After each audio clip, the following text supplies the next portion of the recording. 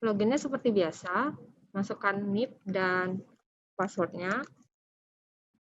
Ketika login, apabila pelamar tersebut lulus, akan tampil pesan bahwa dia lulus seleksi kompetensi bidang dan pilihan apakah dia ingin melanjutkan pengisian DRH atau ingin mengundurkan diri. Jadi kalau dia ingin mengisi DRH, maka dia tinggal klik saja tombol pengisian daftar riwayat hidup. Atau kalau dia ingin mengundurkan diri, dia akan mengunggah surat pengunduran dirinya yang akan masuk ke sistem SSCN. Di sini saya akan menjelaskan dari peserta yang ingin melanjutkan pengisian daftar riwayat hidup. Peserta diminta untuk mengunggah kembali pas fotonya karena ada kemungkinan pas foto sebelumnya itu ada yang background-nya merah, ada yang biru, ada yang fotonya kurang bagus gitu, tapi masih tetap diluluskan. Nah, di sini dia harus mengunggah pas foto berlatar belakang merah dengan pakaian formal. Coba. Oke, di sini ternyata contohnya latarnya putih ya, tapi kita anggap aja ini merah. Dan seharusnya nggak seperti ini sih posenya. Tapi kita anggap saja ini pas foto yang benarnya ya. Di sini ada biodata-biodata yang sudah diisikan saat mengisi pendaftaran kemarin. Tapi ada beberapa data yang masih bisa diubah seperti nama. Nah, di nama inilah yang akan digunakan untuk penetapan NIP nanti. Karena pada saat pendaftaran masih ada aja pelamar yang salah mengisikan nama, diminta nama sesuai ijazah tanpa gelar, malah yang diisi adalah gelarnya. Jadi semoga kali ini tidak ada lagi kesalahan-kesalahan seperti itu. Yang bisa diubah itu nama, gelar depan dan gelar belakang, tempat lahir ijazah, agama, status perkawinan, email, nomor telepon, dan nomor ponsel. Kemudian di sini juga peserta diminta untuk mengisikan alamatnya, seperti kecamatan. Jadi dia diminta mengisi provinsi dahulu, kabupaten kotanya apa, kecamatannya apa, lalu kelurahannya apa. Kalau misalnya ada data kelurahan yang tidak kita miliki di sistem ini, pelamar bisa mengisi dengan lainnya, lalu mengisi nama kecamatannya, nama kelurahannya apa. Kalau provinsi dan kabupaten kota sepertinya sudah lengkap ya di SSCN. Yang kita ragukan masih kecamatan nama kelurahan.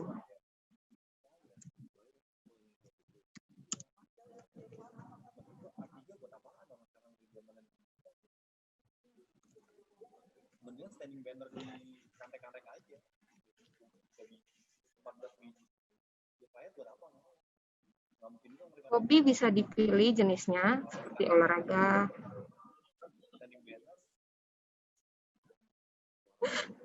Keterangan hobinya.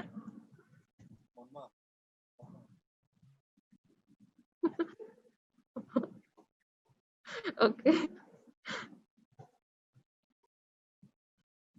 Kemudian tekan selanjutnya, yaitu menu pendidikan. Di sini langsung ada pendidikan yang sudah dia miliki waktu dia melamar SSCN. Jadi peserta ini bisa mengisi seperti tempat dia berkuliah,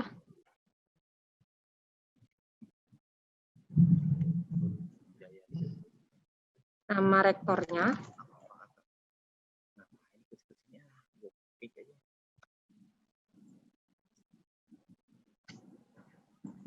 atau dia bisa menambahkan pendidikan dimulai dari SD sampai ke tingkat pendidikan satu tingkat di bawah yang dia gunakan untuk melamar. Misalnya dia melamar dengan S1, maka dia bisa menambahkan sampai ke diploma 4. Jadi apabila ada pelamar yang sudah berkuliah sampai S2, dia tidak bisa menambahkan riwayat pendidikan S2-nya, atau pelamar yang mempunyai sarjananya ada dua, seperti dia ilmu komputer satunya lagi akuntansi. Tapi dia melamar dengan ilmu komputernya, maka dia tidak bisa mendaftarkan riwayat pendidikan akuntansinya.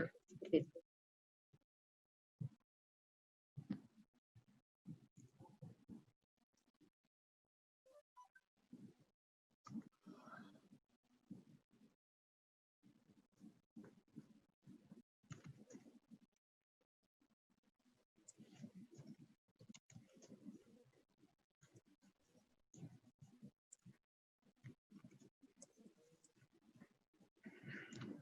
Ada juga riwayat kursus apabila peserta tersebut pernah mengikuti kursus. Di sini ada pilihan instansi apabila kursusnya itu diselenggarakan oleh instansi pemerintah. Tapi kalau misalnya kursusnya tidak diselenggarakan oleh instansi pemerintah, ini bisa dikosongkan saja atau tidak dipilih. Selanjutnya masuk ke menu pekerjaan. Di sini ada riwayat pekerjaan, riwayat penghargaan, dan riwayat prestasi. Ini juga ada pilihan instansi pemerintah bila dia pernah bekerja di instansi pemerintahan. Tapi kalau misalnya dia bekerja di perusahaan swasta, tidak perlu diisi instansi pemerintahnya. Tinggal diisi aja nama instansi atau perusahaannya. Ada riwayat penghargaan dan juga riwayat prestasi. Selanjutnya masuk ke menu keluarga. Di sini peserta bisa menambahkan keluarganya. Apabila keluarganya itu adalah pegawai negeri sipil atau pensiunan pegawai negeri sipil, bisa dimasukkan NIP-nya dan namanya, kemudian tekan cari PNS.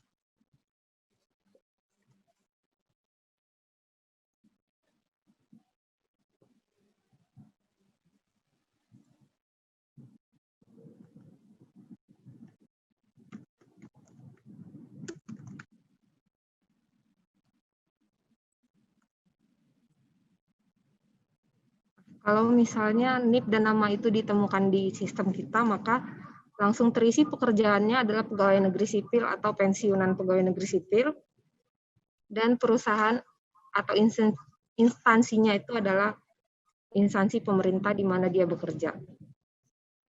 Untuk istri dan suami ada isian akte menikah, tanggal menikah, dan status perkawinan.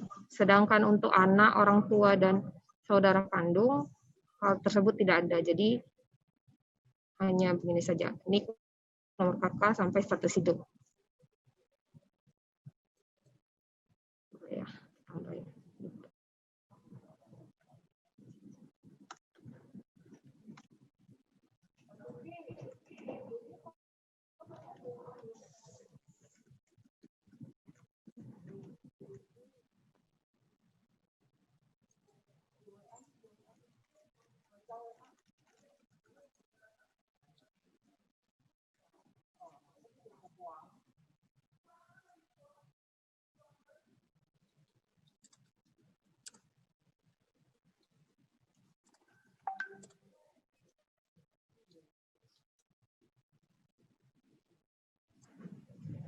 Kemudian masuk ke riwayat organisasi.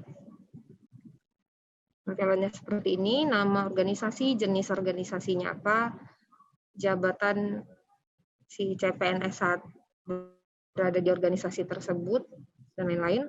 Lalu ada keterangan lain-lain seperti nomor SKCK, ini wajib diisi ya, karena ini adalah salah satu syarat untuk pemberkasan CPNS nantinya.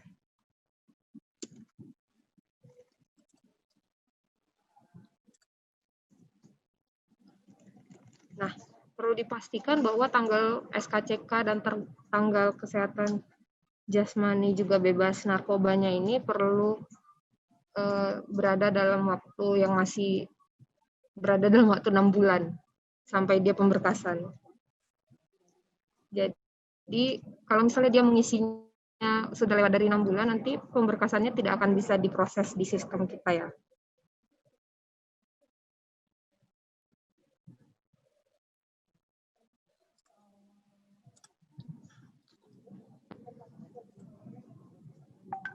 Setelah dia mengisi semua data-datanya, peserta diminta untuk mencetak daftar riwayat perorangan dan riwayatnya. Lalu memeriksa kembali data-datanya. Apabila ada data-data yang salah ketik atau dia lupa mengisikannya, dia bisa kembali ke menu sebelumnya dengan mengklik tombol organisasi, pendidikan, atau lain-lain. Tapi kalau misalnya dia sudah merasa bahwa isiannya sudah benar, dia tinggal mencetak daftar riwayatnya, perorangan dan riwayat, kemudian ditandatangani dan dibubuhi materai. Kemudian setelah itu kedua dokumen ini digabungkan sehingga menjadi satu dokumen PDF ketika di-scan. Nah, Dokumen PDF itulah yang akan diupload di halaman ini, unggah dokumen. Nah, ini ada 8 berkas yang perlu diupload. Salah satunya adalah berkas pengalaman kerja yang sebenarnya masih opsional ya. Jadi, bukti pengalaman kerja ini bisa tidak diisi, bisa juga diisi. Tapi, berkas lainnya, 7 berkas lainnya itu wajib diisi. Karena kalau misalnya dia tidak mengupload salah satu dari 7 berkas itu, maka tombol akhir prosesnya tidak akan bisa diklik. Jadi dia harus mengupload satu persatu dari ketujuh berkas yang wajib diisi itu. Ijazah yaitu ijazah pendidikan asli ya, bukan legalisir. Transkripnya juga adalah transkrip nilai yang asli.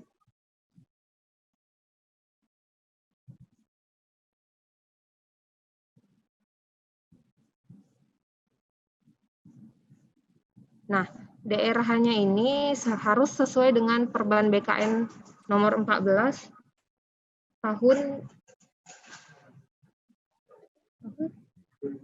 tahun 2019. Jadi harus ada materai dan tanda tangannya.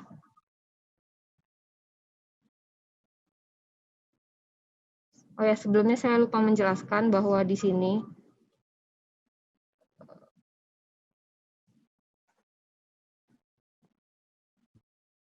ada isian yang harus ditulis tangan dengan tinta warna hitam dan huruf kapital ya, seperti nama, kabupaten, dan tanggal lahirnya. Kabupaten tempat lahirnya dan tanggal lahirnya. Itu harus ditulis tangan.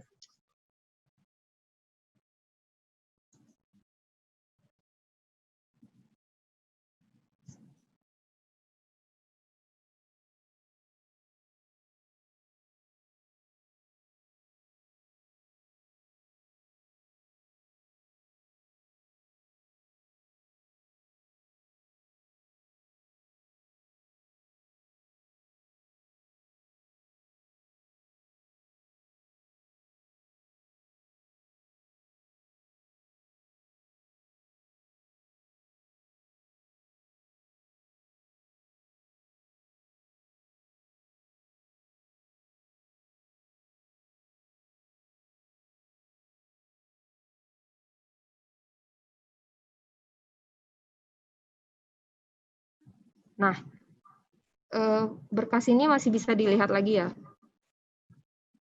Nah, seperti ini. Misalnya dia SKCK tapi menguploadnya surat sehat. Ketika dia melihat bahwa uploadannya salah, dia bisa mengunggah kembali menjadi SKCK atau berkas yang benar.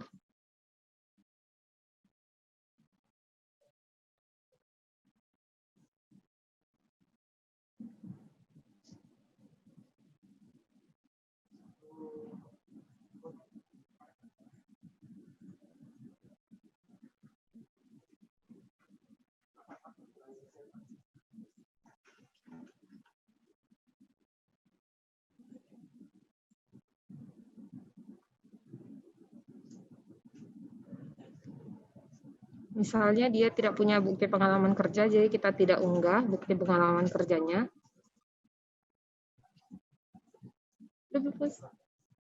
Ini apa tadi?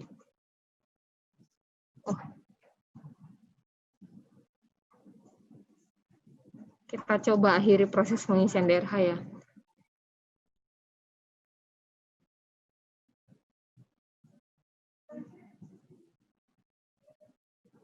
Bisa. Nah, setelah dikirim DRH-nya, dia tidak bisa lagi mengubah berkasnya atau datanya. Jadi kalau misalnya ada kesalahan,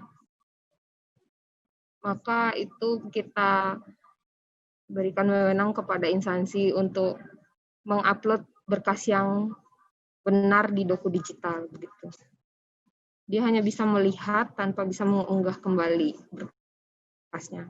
Ya, demikian penjelasan dari sisi peserta. Saya kembalikan kepada Bapak Moderator. Oh ya, sebelumnya saya lupa menjelaskan yang sanggah. Jadi kita coba login ke peserta yang ternyata tidak lulus ya, dan dia ingin melakukan sanggah.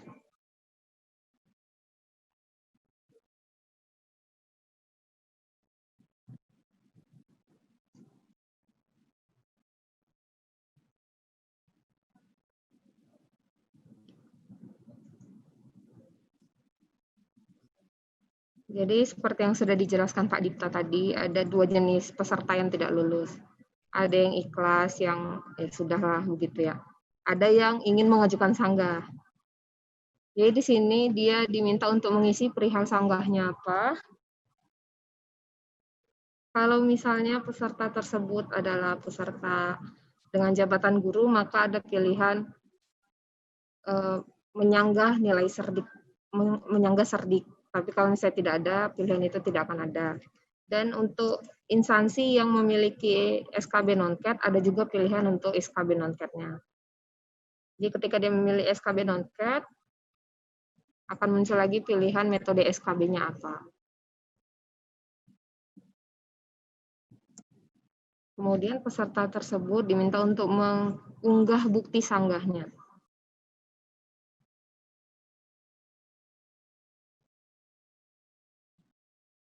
Dalam bentuk JPG atau PDF. Lalu menekan klik akhiri proses sanggah. Ya, demikian dari sisi peserta. Saya kembalikan ke Pak Dipta. Terima kasih.